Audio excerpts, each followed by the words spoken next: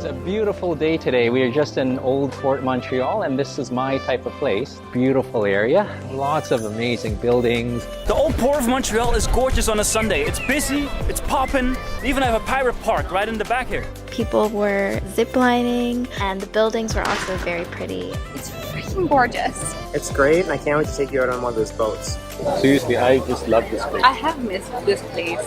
Are you guys loving the fall shots? Because I have been obsessed over here.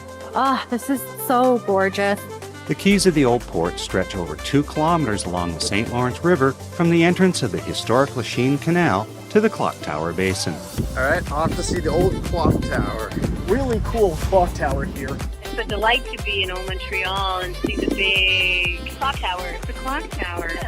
When approaching the pier farthest to the east, you will find a giant clock tower that is a Big Ben replica. It was constructed in 1922 in order to commemorate the sailors lost at sea during World War I, which makes this a 100-year-old piece of architecture. The Montreal Clock Tower is an icon and symbol. When the tower was built, Montreal handled more grain exports than any other port in the world, and ranked second in North America in terms of total cargo.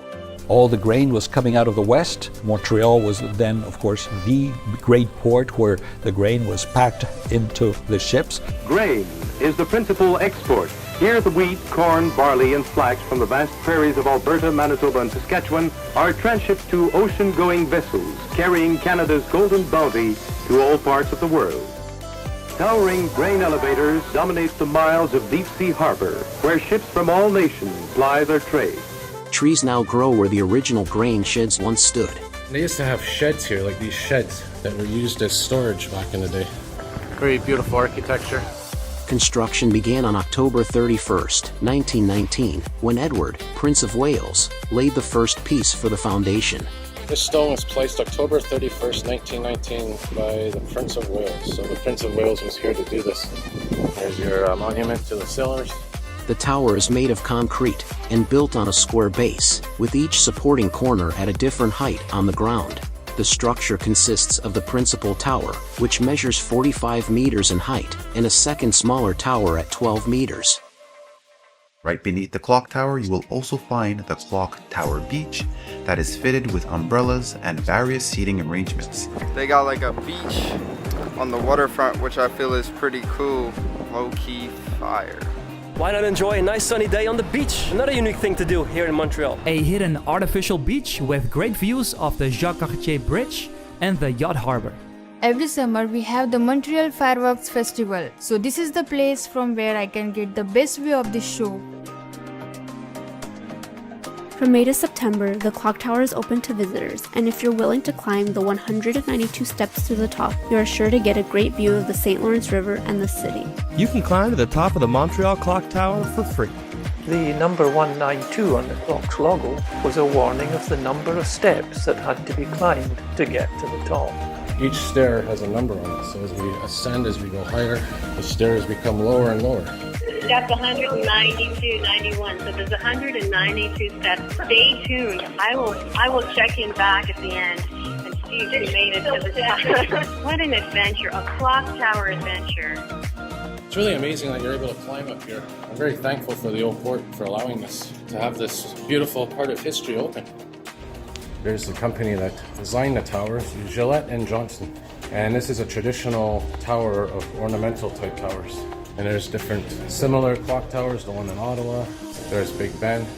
It is 45 meters high and contains a clock mechanism made in England by Gillette and Johnston as a replica of London's Big Ben. Oh, look at, here's the clock. Look at that. Woo. Wow. Here is the moment that I've been waiting for, the actual mechanism of the clock tower. Really beautiful, fascinating structure. Look at that. But here's our main mechanism. Look at this. There's our gearbox. That's a fascinating piece of engineering. Wow. And there you can pretty much see where each of the 4 faces of the clock are attached. And there's your central mechanism. The pendulum that motions the clock mechanism requires constant maintenance, as it breaks more than 5 times a year due to Montreal's extreme temperature variations. We're almost at the top, which is where our observatory is. And there we are. Welcome to the observatory. Here's the view. We made it to the top. Woo! Check out the view. There it is, beautiful view. And an open concept without windows here as well. These are open bars. And I'll show you the ceiling, there's the top. What an amazing piece of architecture. Well, the old clock tower was nice. I don't know what it is about me with water, but I had to come back here before we left. I love the waterfront. Something about it just makes me always feel at peace. Just, I love hanging out at riverfronts, and this one's no exception. It doesn't matter if you want to see Montreal in the daylight or at night when everything is glowing, Old Port got you covered.